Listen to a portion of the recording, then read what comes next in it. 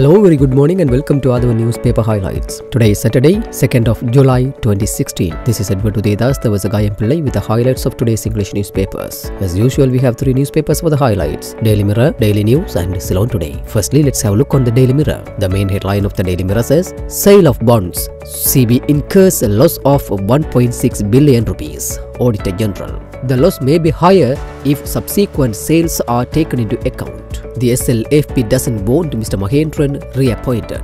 The Auditor General's report states that central bank authorities are responsible for failing to prevent the huge loss of 1.6 billion rupees in the controversial bond issue.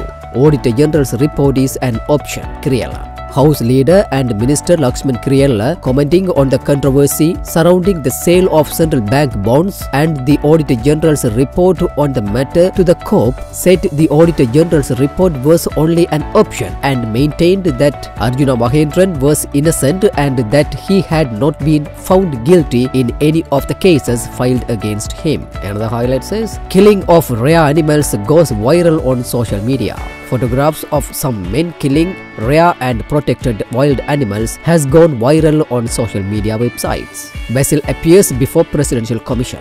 Former Minister Basil Rajapaksa yesterday appeared before the Presidential Commission of Inquiry to investigate and inquire into serious acts of fraud, corruption and abuse of power, state resources and privileges over an allegation of misusing Air Force flights. New legislation to replace PTA. Government seeks UN Counter-Terrorism Committee help.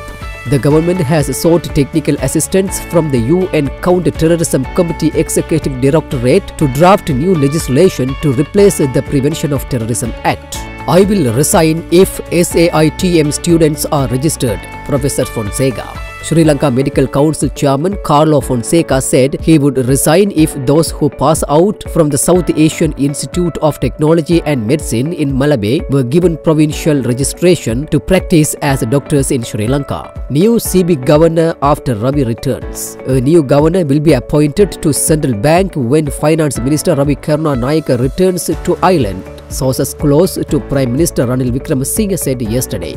Justice for crimes committed by both sides vital for reconciliation.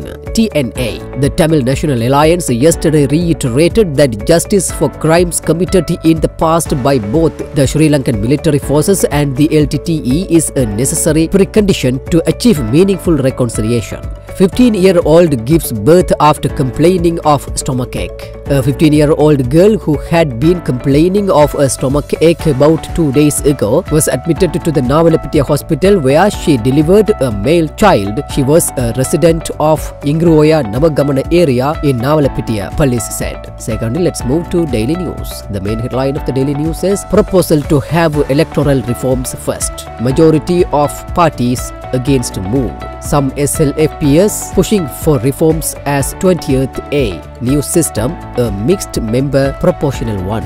A majority of political parties were against the proposal only to have the electoral reforms first as a constitutional amendment, a steering committee member told the Daily News yesterday on conditions of anonymity. Some SLFP members were recently pushing for electoral reforms as the 20th amendment to the constitution. Most of the parties expressed their objection to this proposal at the steering committee meeting and they were of the opinion that they need comprehensive reforms. Island-wide private bus strike from Monday. An island-wide private bus strike would be launched from Sunday midnight since talks with Transport and Civil Aviation Minister Nimal Siripala Silva failed yesterday. Assault case. Former Homagama PC chairman, 4 others surrender.